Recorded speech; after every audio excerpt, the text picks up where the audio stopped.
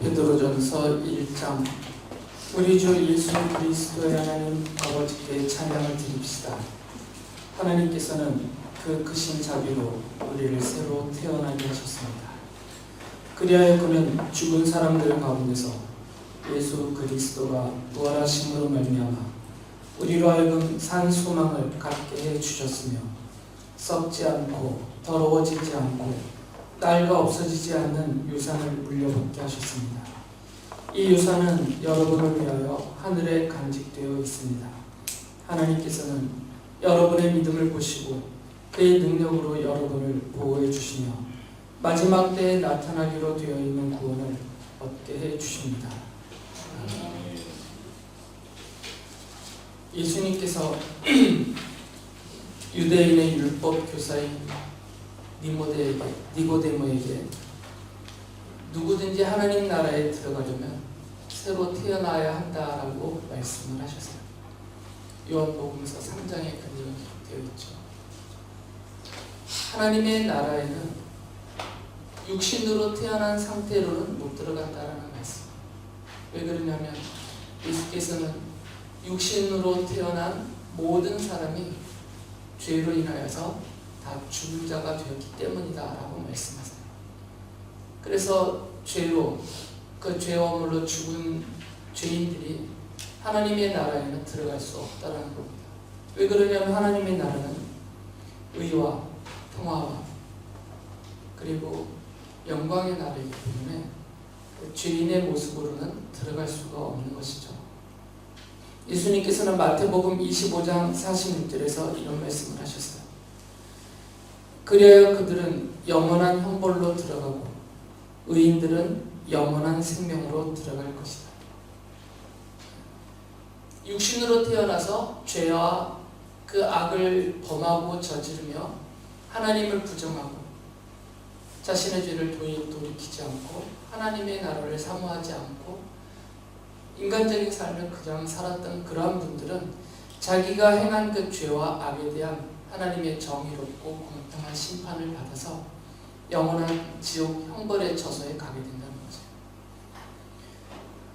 그러니까 하나님의 자녀로 거듭나지 않고서는, 다시 새롭게 태어나지 않고서는 하나님의 나라에는 결코 들어갈 수가 없다는 것이죠. 그래서 베드로 사도께서는 성도들인 우리들을 향하여서 이렇게 말을 한 겁니다. 베드로전서 1장 3절에 보면 우리 주 예수 그리스도의 하나님 아버지께 찬양을 드립시다. 하나님께서는 그 크신 자비로 우리를 새로 태어나게 하셨습니다. 비록 우리도 세상 모든 사람과 마찬가지로 죄를 짓고 또 악을 행하고 그 정도의 차이가 있을 뿐이지 어느 누구도 나는 죄가 없는, 나는 죄인이 아니라 나는 의인이다 하고 당당하게 말할 수 있는 사람은 아무도 없습니다. 이 자리에는 우리도 마찬가지입니다.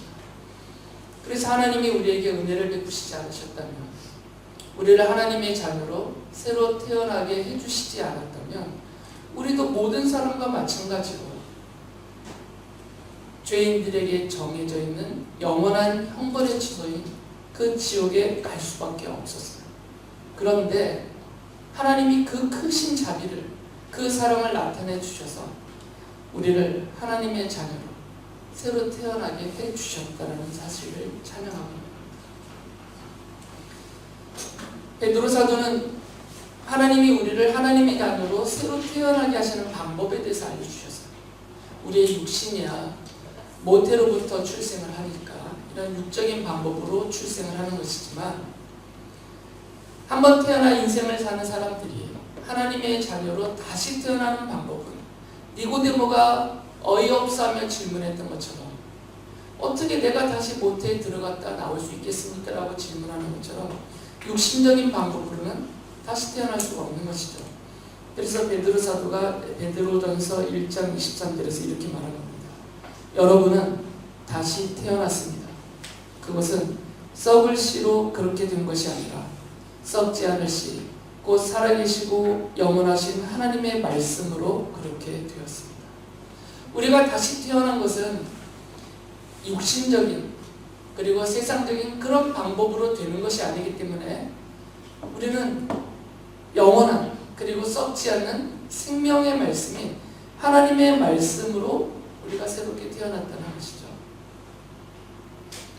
하나님께서는 사도들을 통하여서 복음의 증인들을 통하여서 세상 모든 사람들을 향하여서 예수 그리스도의 십자가 복음을 전파하게 하셨고요.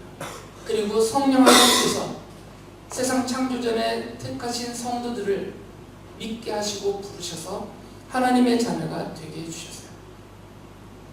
그래서 하나님이 새롭게 하나님의 자녀로 태어나게 해주신 성도들을 향하여서 베드로 사도가 이렇게 말을 해요. 베드로전서 2장 10절에 보면 여러분이 전에는 하나님의 백성이 아니었으나 지금은 하나님의 백성이요 전에는 자비를 입지 못한 사람이었으나 지금은 자비를 입은 사람입니다. 이 자리에 있는 우리도 이전에는 모든 세상 사람들과 마찬가지로 하나님의 백성이 아니었습니다. 하나님의 자녀가 아니었고 하나님의 자비하심을 입지 못하는 하나님의 원수로서 하나님의 심판과 형벌을 받을 수밖에 없는 그러한 자리에 있었어요. 그런데 이제는 하나님의 말씀으로 십자가의 복음으로 하나님의 자녀로 새로 태어났기 때문에 이제는 우리가 하나님의 백성으로서 하나님이 약속하신 그 자비하심, 그 사랑으로 우리가 지금 입고 사는 사람들이다라는 거죠. 제 둘째 며느리가 지금 임신을 하여서 10몇 주가 지났습니다. 어저께도 정기검진하는 날이어서 가서 태중에 있는 아이의 모습을 초음파로 찍어서 그것을 동영상과 사진으로 보내주었어요. 아직은 사람 같지는 않습니다. 그런데 비스무리하게 사람의 형체가 보여요. 다리도 보여요. 얼굴도 보여요. 손도 보여요. 그것만 봐도 막 속에서 이렇게 사랑이 올라옵니다. 사람 같지 않은 모습입니다. 제 며느리라 그러면 실망하겠지만 이 설교 영상 봤다가 또 뭐라고 합니다. 아주 완전한 형태를 갖추지도 못했지만 이미 그 안에서 막 발차기도 하고 태동이 느껴진다고 하더라고요. 그 자녀의 모습을 저는 뭐 할아버지지만 할아버지로서 그 손주의 모습을 아들이래요. 손주의 모습을 보면서 저절로 안에서 사랑이 올라옵니다. 그 아이를 품고 있는 며느리도 사랑스럽고 그 아이와 며느리를 챙기고 있는 아들도 사랑스럽고 옆에서 축복하고 있는 형 부부도 사랑스럽고 그 아이라는 존재가 저를 비롯해서 그 아이를 아는 시댁과 친정의 모든 사람들의 사랑을 이미 태중에서 받고 있어요. 얘가 한 건 아무것도 없는 거예요. 존재 하나 때문에. 어느 아버지, 어느 어머니 사이에서 태어나고 있는 자라고 있는 아이라는 그 자녀라는 존재 하나 때문에 그 아이를 아는 모든 사람으로부터 사랑을 받고 있습니다. 하나님이 우리에게 베푸시는 사랑은 그와 같은 겁니다. 우리가 하나님의 자녀라는 그 정체를 갖고 있기 때문에 하나님의 사랑이 일방적으로 우리에게 펴지고 있는 거죠. 그래서 베드로 사도가 우리가 하나님의 자비를 입은 사람, 현재적으로 이미 입고 있는 사람이다라고 말씀하신 것이에요. 하나님이 그 큰 은혜로, 그 큰 사랑으로 세상 창조 전에 우리를 하나님의 자녀 삼기로 이미 선택을 해놓으셨고 그 정하신 때에 성령 하나님께서 우리에게 오셔서 우리로 하여금 십자가 복음을 듣고 믿고 깨닫게 하시고 죄를 뉘우치고 돌이키게 하셔서 하나님의 자녀로 다시 태어나게 해주셨어요. 그리고 이미 약속하신 하나님의 자비하심 그 사랑으로 우리에게 임하여 계시는 거죠. 이 상태를 말하고 있는 것입니다. 바울 사도도 같은 말씀을 합니다. 에베소서 2장 4절에서 5절에 보면 그러나 하나님은 자비가 넘치는 분이셔서 우리를 사랑하신 그 크신 사랑으로 말미암아 범죄로 죽은 우리를 그리스도와 함께 살려주셨습니다. 여러분은 은혜로 구원을 얻었습니다. 하나님이 우리를 향해서 이렇게 제어되지 않는 멈추실 수 없는 그 그 자비하심이 너무 크시기 때문에 막 넘쳐나신다는 거죠. 우리를 향해서. 그 사랑으로 우리가 살아났다는 겁니다. 그래서 바울 사도는 그것을 은혜다라는 표현을 씁니다. 내가 잘생겨서도 아니고, 내가 믿음의 가문에서 출생해서도 아니고, 나의 믿음의 조상들이 하나님의 앞에서 쌓은 덕이 많아서 그 덕으로 덕을 입은 것도 아니고, 내가 스스로 연구하고 고민하고 찾아 헤매서 하나님을 찾아 나왔기 때문이 아니라는 거죠.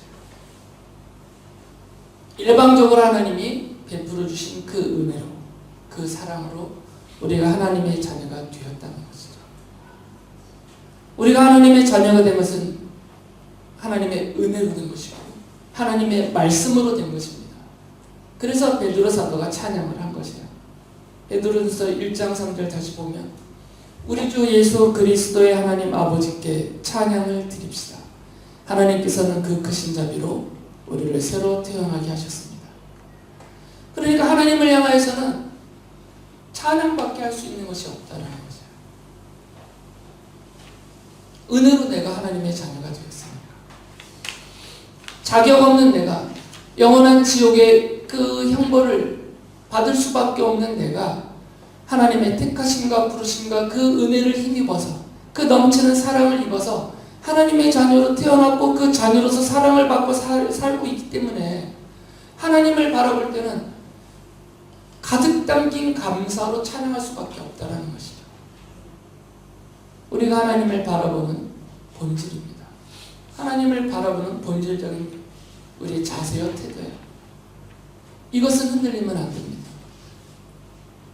아무리 힘겨운 때라고 하더라도, 아무리 아프고 고통스럽고 고난의 시절이라 하더라도 하나님을 향해서는 가득 찬 감사로 찬양하는 것밖에 없다는 거죠. 나를 자녀 삼으신 하나님이 결코 나를 외면치도 않고 버리시지도 않고 그 넘치는 자비와 사랑으로 늘 나를 감싸고 계시기 때문에 그 사랑을 믿는 믿음으로 하나님을 향해서 날마다 감사하며 찬양하는 것이 마땅하다라는 것이죠.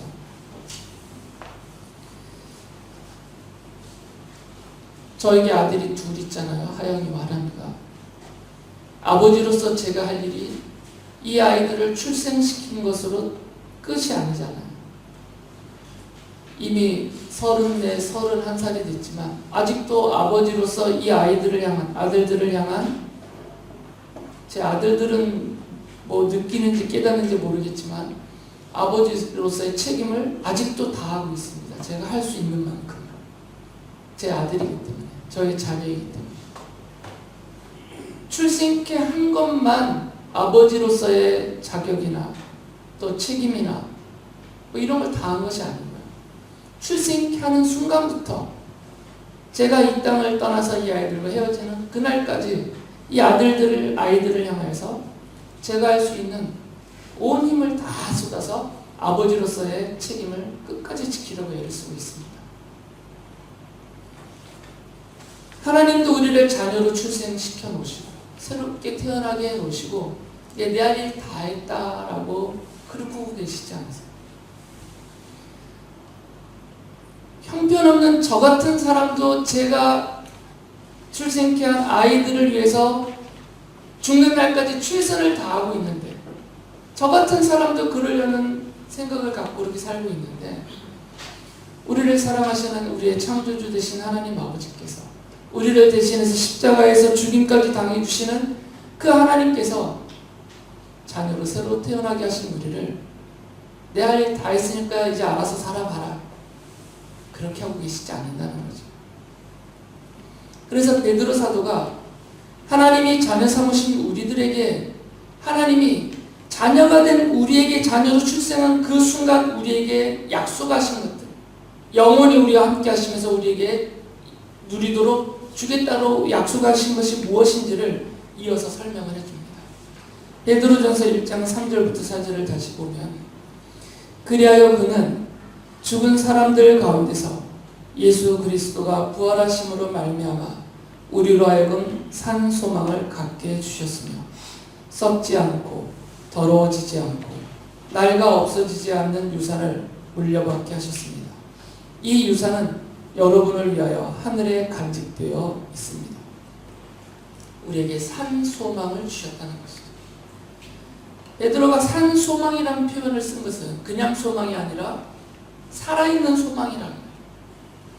그러니까 이 소망이 문자적인 소망이 아니고 아무 그 효력이 없는 소망이 아니라 이것은 살아있는 소망이라는 거죠. 현실적이고 반드시 이루어지는 것이고 그리고 현재 우리에게 소망이 되는 소망이라는 거죠. 그래서 산소망이라는 표현을 쓴 겁니다. 왜 산소망이라는 표현을 썼냐면 그 근거가 뭐냐면 막연한 약속이 아니라는 거죠.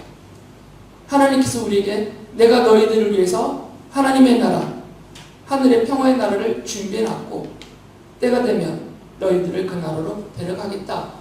말씀으로만 약속하신 것이 아니고 하나님께서 우리에게 실제를 보여주셨다는 겁니다. 그래서 베드로 사도는 그것을 예수 그리스도의 부활이라고 말을 해요. 예수 그리스도께서 죽은 사람들 가운데서 부활하셨고 그리고 하늘 보좌로 올라가셨기 때문에 하나님의 자녀가 된 우리들은 그리스도와 함께 죄와 사망에서 부활하여서 그리고 때가 되면 하나님의 부르심을 받아서 주님이 올라가셨던 그 하나님의 나라로 우리도 올라가게 될 것이기 때문에 그러니까 예수님이 증거라는 거죠. 예수님처럼 우리에게도 이 모든 것들이 이루어질 것이라는 거죠. 그래서 산소망이라는 표현을 쓴 겁니다. 그리고 우리에게는 유산이 약속되어 있다는 것이죠. 그런데 이 유산은 이 땅에서 사람들로부터 물려받은 유산과 다른 것이기 때문에 썩어 없어지지 않는 영원한 유산이라는 표현을 쓴 것입니다. 이 땅에서 부모로부터 또는 조상으로부터 물려받는 유산은 그것이 아무리 큰 것이라 하더라도 아무리 대단하고 놀라운 것이라고 하더라도 다 썩어서 없어질 것들이에요. 그리고 내가 육체의 죽음을 맞이하게 되면 나라는 사람 안에서는 다 사라져 없어질 것들이죠. 그래서 썩어 없어질 것이다 라는 표현을 쓴 것입니다. 하지만 하나님이 우리에게 물려받도록 유산으로 약속하신 것은 썩어 없어질 것이 아니라 영원한 것이다라는 것이죠. 왜 유산이라는 표현을 썼냐면 유산은 때가 되어서 물려받는 거잖아요. 지금 현재 내 것이 아니라 앞으로 내 것이 될 것이 유산이에요.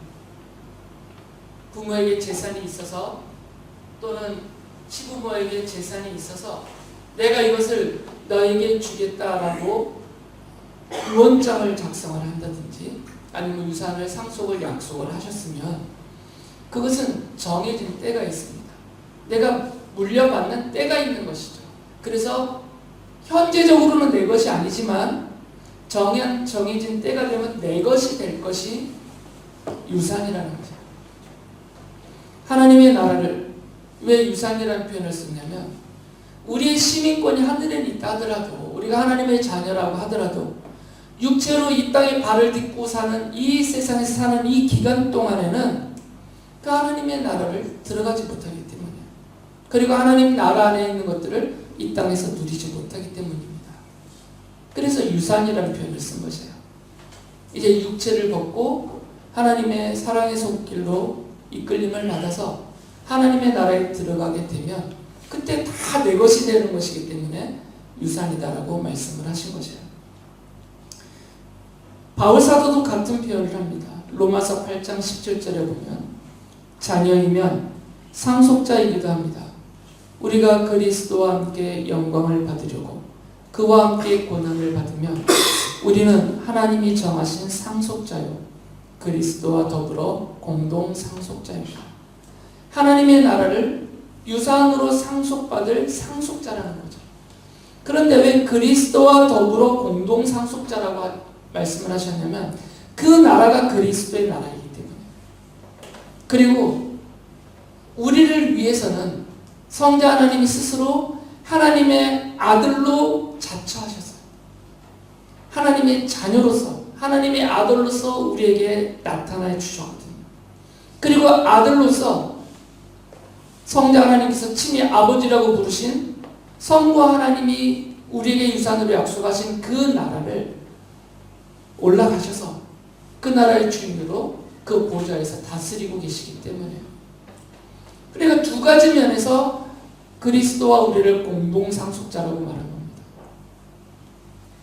하나는 그리스도가 우리와 같은 자녀의 모습으로서 그 나라에 들어가셨기 때문에, 그러니까 우리도 같은 자녀니까, 본질은 다르지만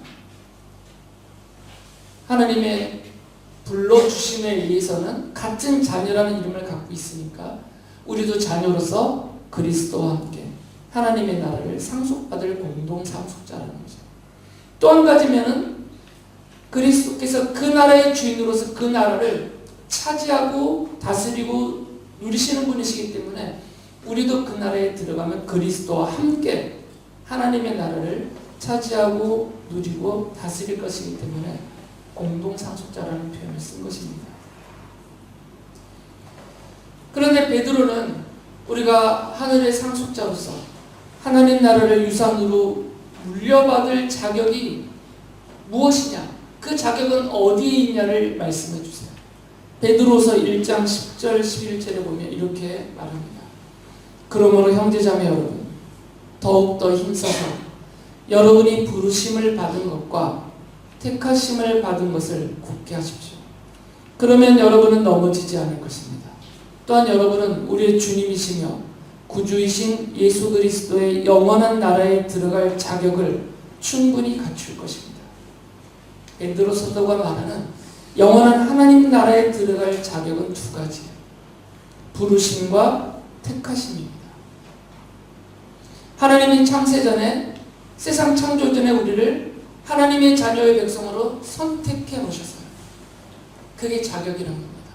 그리고 정하신 때가 되어서 성령 하나님이 오셔서 십자가의 복음으로 우리를 하나님의 자녀로 불러주셨어요. 이 택하심과 이 부르심이 내가 하나님의 자녀로서 하나님의 나라를 상속받고 하나님 나라에 들어갈 자격이다는 거죠. 다른 자격은 없다는 겁니다. 내가 교회를 50년 다녔으니까 이건 자격이 아닙니다. 내가 하나님 앞에 이렇게 많은 헌금을 했으니까 이것도 자격이 아니다는 거죠. 내가 주님의 이름으로 이렇게 많은 봉사와 헌신을 했는데 그것도 자격이 아니에요. 베드로 사도가 말하는 천국에 들어가는, 하나님 나라에 들어가는 자격은 두 가지밖에 없습니다. 택하심과 부르심입니다. 앞서 말씀드린 것들은 이 자격을 얻은 자녀들이 감사해서 하나님을 찬양하면서 하나님의 그 은혜를 힘입어서 하나님의 자녀로 살아가는 모습일 뿐이에요. 하나님을 예배하는 것, 하나님의 자녀로서 사는 모습 중에 일부분입니다. 우리가 봉사하고 헌신하는 것, 우리가 감사 예물을 바치는 것, 이건 하나님의 자녀로서 아버지 되신 하나님을 향해서 자녀로서 살아가는 모습들일 뿐이에요. 정도의 차이가 있는 것이죠. 그것이 자격이 되진 않습니다.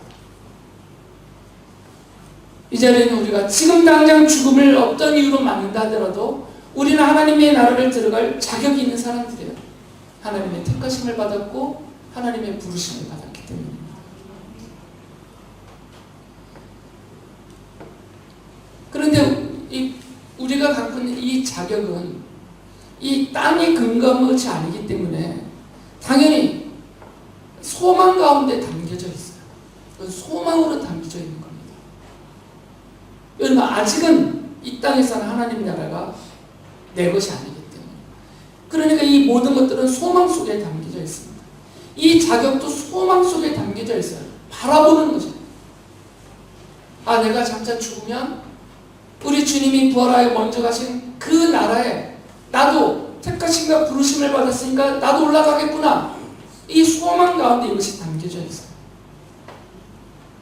그래서 우리의 믿음도 또 그 믿음으로 우리가 실천하는 사랑도 다 이 소망에 담겨져 있는 거죠. 바울 사도가 그 사실을 이렇게 말합니다.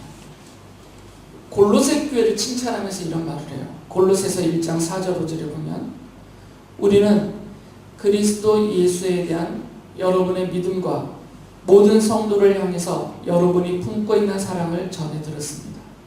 이 믿음과 사랑은 여러분을 위하여 하늘에 쌓아두신 소망의 근거입니다. 이 소망은 여러분이 진리의 말씀, 곧 복음을 받아들일 때 이미 들은 것입니다. 우리가 믿음으로 사는 것도, 그리고 그 믿음으로 십자가의 사랑을 실천하는 것도 하늘에 쌓아둔 소망이 있기 때문이에요. 내가 여기서 이렇게 힘겹게 믿음을 지키며 산다고 해도 천국이 없다면 무슨 의미가 있겠어요? 내가 십자가의 사랑을 내 몸이 부서져라 실천해도 나에게 천국이 약속되어 있지 않다면 그게 무슨 소용이 있겠습니까? 우리가 믿음으로 이렇게 애써서 살아가는 이유도, 그리고 힘을 다해서 십자가의 사랑을 실천하는 이유도 소망이 있기 때문에 하나님의 나라를 내가 상속받을 것이라는 소망이 있기 때문입니다. 그래서 바울 사도가 성도들의 믿음과 성도들의 사랑은 이 땅에서 근거하여 나오는 것들이 아니라 하늘에 쌓아둔 소망이 근거하여서 나오는 것들이다라고 말하는 거죠. 이 산 소망을 하나님께서는 하나님이 새로 하나님의 자녀로 태어나게 하신 우리에게 다 주셨다는 겁니다. 그래서 우리 안에는 소망이 있습니다. 물론 약해질 때가 있어요. 내가 병들면, 내가 힘들어지면, 내가 여러 가지 어려운 가운데 처하면 이 소망도 마치 불꽃이 바람이 흔들리듯 또는 그 불꽃이 약하게 사그라드는 그 상태가 될 수는 있지만 그러나 꺼지지는 않습니다. 꺼지지 않는 불꽃이 하늘에 쌓아둔 하나님이 성도인 우리 안에 넣어주신 산 소망이기 때문입니다. 늘 살아있는 소망이기 때문에 이 소망이 강할수록 우리는 더욱더 믿음으로 살 수 있고 이 소망이 뚜렷할수록 우리는 더 십자가의 사랑을 온전하게 실천할 수가 있는 것이죠. 왜 우리의 믿음이 흔들리고 우리의 사랑의 실천이 자꾸 약해지고 회의에 빠지냐면 이 소망이 자꾸 약해지기 때문에 사라지지는 않더라도 약해질 수는 있습니다. 내 안에서 내가 그것을 굳게 붙들고 바라보지 않으면 약해지는 거죠. 성도들의 소망은 이 세상과 세상 안에 있는 것들이 아닙니다. 성도들의 진정한 소망은 하늘에 있는 하나님의 나라에 있습니다. 이 소망이 흔들림이 없어야 될 것이에요. 또 한 가지를 하나님이 약속해 주십니다. 앞서 제가 말씀드렸듯이 제 아이들을 태어났을 때부터 지금 현재까지 제가 있는 힘 다해서 보호하고 있어요. 제 능력 되는 한도 내에서는 보호하고 있습니다. 금전적으로도 제 육체를 사용해서라도 제 마음을 다 쏟아서라도 할 수 있는 최선을 다해서 보호하고 있어요. 그래서 이만큼이라도 살아온 것 같아요. 아이들도 그걸 인정을 해줘서 기쁘기도 합니다. 하나님도 하나님의 자녀를 보호하십니다. 약속하신 하나님의 나라에 자녀들을 불러가실 그때까지 보호해 주세요. 그래서 베드로 사도가 베드로전서 1장 5절에서 이렇게 말한 겁니다. 하나님께서는 여러분의 믿음을 보시고 그의 능력으로 여러분을 보호해 주시며 마지막 때에 나타나기로 되어 있는 구원을 얻게 해 주십니다. 자녀이니까 보호하신다는 거죠. 아버지로서. 끝까지 아버지로서의 책임을 다해 주신다는 얘기예요. 자녀가 자녀 되게 하고 자녀로서 살아가다가 자녀에게 약속하신 하나님 아버지의 품으로 돌아올 그때까지 보호해 주신다는 거죠. 아버지로서. 그런데 그 보호하심이 바울 네가 가서 좀 보호해줘라, 베드로야 네가 가서 보호해줘라, 이게 아니고 그의 능력으로 하나님의 능력으로 보호해 주신다는 거죠. 사도들을 도구로 쓰실 수도 있고 또 다른 하나님의 사람들을 도구로 사용하실 수도 있어요. 아니면 자연을 그리고 이 세상의 나라와 역사를 도구로 사용하실 수 있습니다. 그러나 그것들의 능력에 의해 보호받는 것이 아니라 하나님의 능력으로 보호받는다는 것이죠.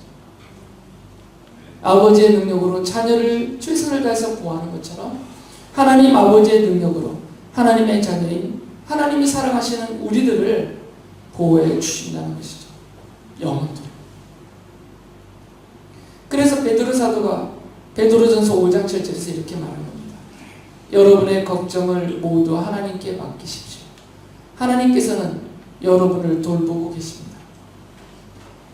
하나님 아버지가 나를 돌보니까, 나를 보호해 주시니까 내 걱정거리들은 그의 능력으로 돌보시는, 보호해 주시는 하나님께 찾아가서 하나님께 다 아뢰고 하나님께 도움을 구하는 것이 현명한 거죠. 하나님이 보호해 주시는데 부처를 찾아가서 도와달라고 하는 게 말이 되겠습니까? 하나님이 나를 대신해서 십자가에 죽어 주실까지 사랑하시면서 내내 나를 떠나지 않고 내내 나와 함께 그의 능력으로 보호해주고 계시는데 나는 사람을 찾아가서 내 걱정을 쏟아붓고 도와달라고 거기서 해결하려고 있으면 이게 현명한 일이라는 거예요. 자녀는 아버지를 찾아가야 됩니다. 어릴수록 아버지를 찾습니다. 아버지의 능력을 믿기 때문에. 우리 하나님 아버지의 능력을 의심하시지 말고 세상을 창조하신 하나님의 능력을 의심하지 말고 지금도 이 세상을 다스리고 계시는 그리고 이 세상의 모든 것을 심판하실 그 권능을 지니고 계시는 하나님의 능력을 의심하지 말고 어떤 걱정거리와 염려거리가 생긴다 하더라도 하나님께 찾아가서 하나님께 맡기고 그 돌보심 아래서 스타심 아래서 해결하심을 받으면 되는 것이죠. 그래서 베드로 사도가 성도들을 향해서 이렇게 권면을 합니다. 베드로전서 5장 6절에 보면 그러므로 여러분은 하나님의 능력의 손 아래로 자기를 낮추십시오. 때가 되면 하나님께서 여러분을 높이실 것입니다. 하나님의 능력의 손 아래로 내가 들어가야 그 능력의 손에 돌보심을 받는 거잖아요. 물론 하나님의 능력의 손 안으로 뻗팅기며 들어오지 않는 자녀들도 있어요. 그 자녀들을 향해서도 하나님의 사랑과 하나님의 돌보심과 보호하심은 사라지지 않습니다. 그러나 아버지와 자녀의 관계가 온전하다면 하나님 아버지와 하나님의 자녀로서의 관계가 온전하다면 하나님의 능력의 손 아래 돌보심 받으려 들어가는 것이 옳다라는 거죠. 옳은 길을 제시해 주는 겁니다. 시인이 시편 91편 1절에서 이렇게 노래를 했습니다. 가장 높으신 분의 보호를 받으면서 사는 너는 전능하신 분의 그늘 아래 머무를 것이다. 하나님의 보호를 받으며 사는 성도들은 하나님의 그늘 아래 머물러 있어요. 어느 누구도 침범할 수 없고 어느 누구도 해할 수 없는 그 그늘입니다. 하나님의 돌보심을 말하는 거죠. 여러분이 잘 아는 시즌 121편, 시편 121편 5절부터 8절을 제가 읽어드릴게요. 주님은 너를 지키시는 분, 주님은 내 오른쪽에 서서 너를 보호하는 그늘이 되어주시니 낮의 빛도 너를 해치지 못하며 밤의 달빛도 너를 해치지 못할 것이다. 주님께서 너를 모든 재난에서 지켜주시며 내 생명을 지켜주실 것이다. 주님께서는 내가 나갈 때나 들어올 때나 이제부터 영원까지 지켜주실 것이다. 시인의 입을 통해서 하나님 아버지가 하나님의 자녀들에게 주신 약속입니다. 우리가 깨닫든 깨닫지 못하든 그것을 느끼든 느끼지 못하든 그것을 발견했든 보지 못했든 상관없습니다. 하나님은 아버지로서 자녀인 우리들에게 약속하신 그의 능력으로 이 돌봐주심을 한순간도 멈추지 않고 계십니다. 하나님은 예수 그리스도의 십자가 복음으로 여러분들을, 성도님들을 하나님의 자녀로 새로 태어나게 하셨습니다. 하나님은 성도들이 하나님의 자녀로서 하늘에 간직되어 있는 유산을 물려받는 상속자로서 산 소망을 갖게 하셨습니다. 그리고 하나님은 하나님의 자녀에게 그 소망이 이루어져서 하늘 하나님의 나라에 들어갈 때까지 하나님의 능력으로 성도들을 보호해 주십니다. 성도들은 이 소망을 가지고 그 나라에 들어갈 그때까지 우리가 살고 있는 이 세상에서 믿음과 사랑으로 하나님의 자녀로서 합당하게 살아가야 합니다.